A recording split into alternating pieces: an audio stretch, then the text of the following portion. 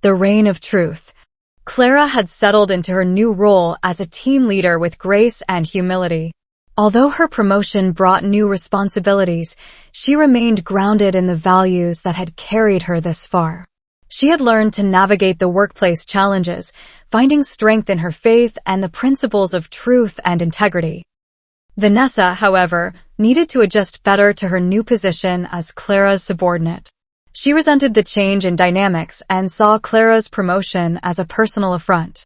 Bitterness festered within her, and she began to conspire against Clara, seeking to undermine her authority. Vanessa wasn't alone in her resentment. A few others in the company, discontent with Clara's leadership, began to whisper and plot alongside her. They saw Clara's integrity as a threat to their ways of doing things.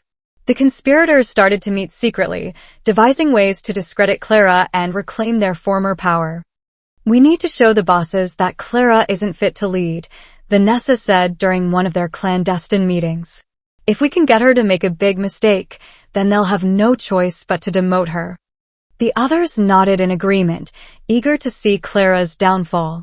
They conspired to sabotage an important project, making it look like Clara was at fault. They believed Clara's reputation would be ruined if the project failed and Vanessa could reclaim her former status. But they didn't know that Clara's faith in God and commitment to living righteously had not wavered. She sensed the tension in the office and could tell that something was amiss. Still, she trusted the Lord's guidance and continued to work diligently, inspiring those around her with her unwavering resilience. One afternoon, as Clara prepared for a crucial presentation, Mr. Stevenson called her into his office. His expression was stern, and Clara could feel the moment's weight. "Clara," he began, "some concerns have been raised about your handling of the upcoming project. I've heard whispers that things aren't going as planned. Is there anything you'd like to share?" Clara's heart skipped a beat. She knew this was the moment the conspirators had been waiting for. But instead of panicking, she took a deep breath and prayed silently for guidance. "Mr. Stevenson," she replied calmly, "I assure you that I've done everything in my power to ensure the success of this project. If there are any issues, I am committed to resolving them with transparency and integrity. I aim to serve the company to the best of my abilities and trust the Lord to guide me." Mr. Stevenson studied her for a moment, then nodded. "I've known you long enough to believe you're telling the truth, Clara. I also trust your judgment. Let's review the project details together and see if we can identify any potential problems." As they reviewed the project, it quickly became clear that the supposed issues were fabricated. The sabotage attempts were exposed, and Mr. Stevenson was able to trace the misinformation back to Vanessa and her group. He was disappointed but not surprised. The following day, Mr. Stevenson called a meeting with the entire team. He addressed the group with a firm but fair tone. "It has come to my attention that there has been a deliberate attempt to undermine Clara's leadership. This kind of behavior is unacceptable and will not be tolerated. Clara has proven herself a capable and trustworthy leader, and I have full confidence in her abilities. Those involved in this conspiracy will face disciplinary action." Vanessa's face turned pale as Mr. Stevenson's words sank in. She had underestimated Clara's strength and the Lord's protection over her. The conspiracy had backfired spectacularly, leaving Vanessa and her cohorts exposed and vulnerable. After the meeting, Clara approached Vanessa with a gentle but firm expression. "Vanessa, I don't hold any ill will towards you. I know you've been struggling, and I want you to know I'm here to help, not fight. We can work together to create something positive, but it has to start with honesty and respect." Her forgiveness resonated with the audience, highlighting the power of reconciliation. Vanessa, humbled by Clara's words, nodded slowly. "I'm sorry, Clara. I let my pride and jealousy get the best of me. I see now that my actions were wrong, and I want to make amends." Clara smiled warmly. "It's never too late to start anew. Let's move forward with a clean slate." As the days passed, the office atmosphere began to shift. Clara's leadership continued to bear good fruit, not only in the success of the projects, but also in the improved relationships among the team members. Those who had once plotted against her found themselves learning from her example, slowly transforming their ways.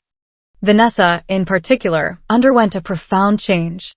She began seeking Clara's guidance, eager to learn from her wisdom and integrity. Over time, Vanessa grew to respect Clara deeply and even became one of her strongest allies. This transformation was not unique to Vanessa. Those who had once plotted against Clara found themselves learning from her example, slowly transforming their ways. This was a testament to the positive impact of Clara's leadership and the power of forgiveness. Clara knew that the Lord had been watching over her every step, turning what had been meant for harm into something good.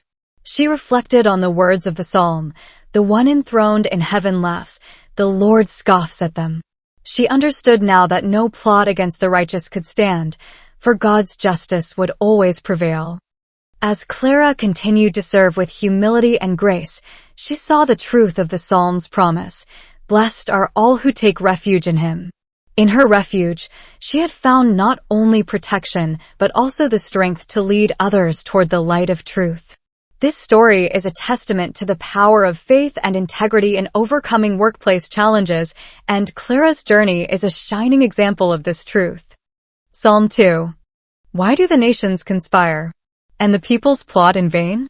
The kings of the earth rise up, and the rulers band together against the Lord and against his anointed, saying, "Let us break their chains and throw off their shackles." The one enthroned in heaven laughs. The Lord scoffs at them.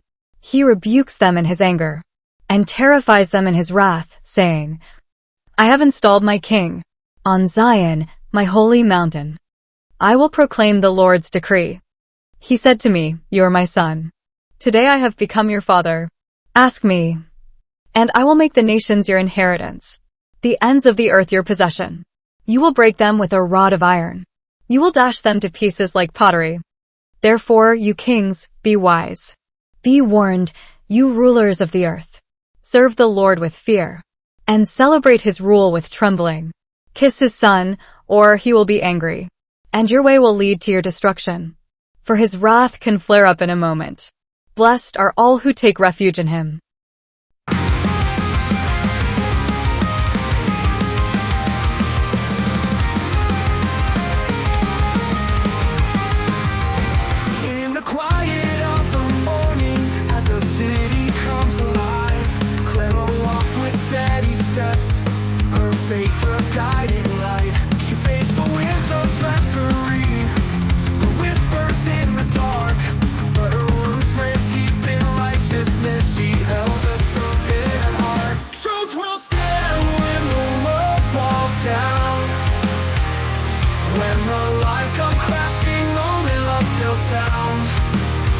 No weapon formed will prosper when you're walking hand in hand with the one who reigns above, where the truth will always stand.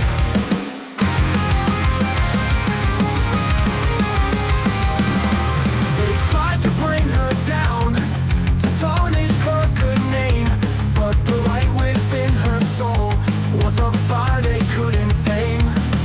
With every plot against her, the Lord was by her side, and in the end, the ones whose schemes were left with nowhere to hide. Truth will stand when the world falls down. When the lies come crashing, only love still sounds. No weapon formed will prosper when you're walking hand in hand with the one who reigns above, where the truth will always stand.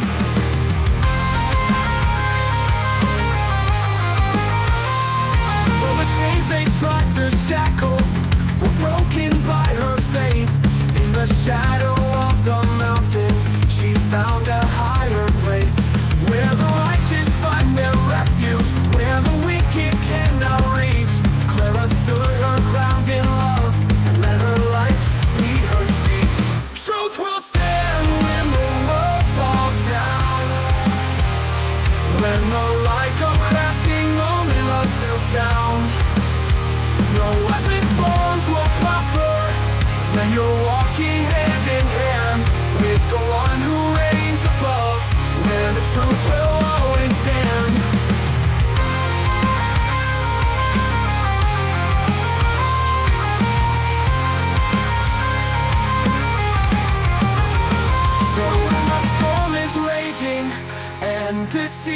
hands in the air, remember Clara's story and the power of a prayer. For the righteous will find shelter, and the faithful will withstand. In the shadow